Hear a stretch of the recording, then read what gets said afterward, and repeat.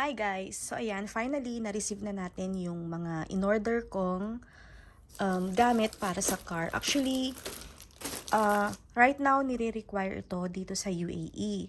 Na kapag pala dapat pag may car ka, kailangan meron kang fire extinguisher, meron ka ring first aid kit, and yung fire blanket.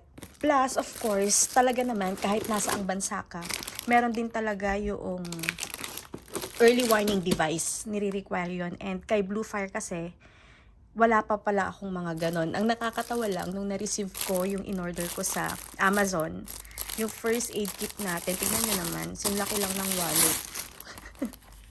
Hindi ko kasi alam na ganito lang siya kaliit.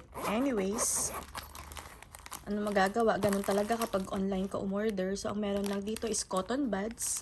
Meron tayo ditong bandage. Oh, dalawang klaseng bandage yung laman, tas isang napakaliit na tape. Meron din siyang tiny scissor. Ito, and band-aid at saka alcohol pad. So, yun lang po yung laman ng ating first aid kit. Then, kung ano man yung mga kailangan pa talaga, bibili na lang ako separate para ilagay ko na lang din dito. Kasi kailangan din talaga natin yan, just in case may mga emergency, ganyan. So, yan. Ito yung laman ng first aid kit. At least meron lang akong mailagay for now. Ito naman yung ating fire blanket. So, open natin siya. Makapal pala, kaya pala medyo... Meron kasi ako nakita sa may Temu. So, ito yung itsura ng ating fire blanket. Ayan. Oh. Nice. Very useful din ito itong fire blanket na to. So, dapat meron lang din tayo maski sa mga go bag natin.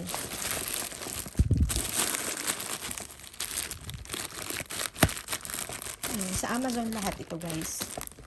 So, ito na nga yung ating fire extinguisher para kay Blue Fire. 1 kg lang ito guys.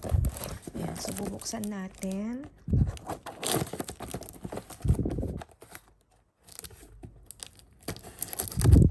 May mga checking daw kasi dito na kailangan meron ka nito dahil kapag walang ganitong makita sa car mo, automatic magbabayad ka ng I think 500 dirhams tapos magkakaroon ka pa ng black code. So, yun yung dapat nating iwasan.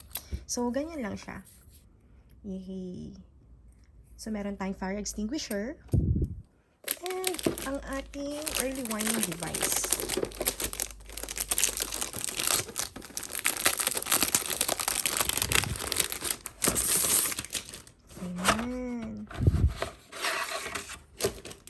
Ayan, kompleto na. Ayan. So, ganun lang. Okay. Ay. Ayan. Figure out natin kung paano siya gamitin later. So, yan. Kompleto na, guys.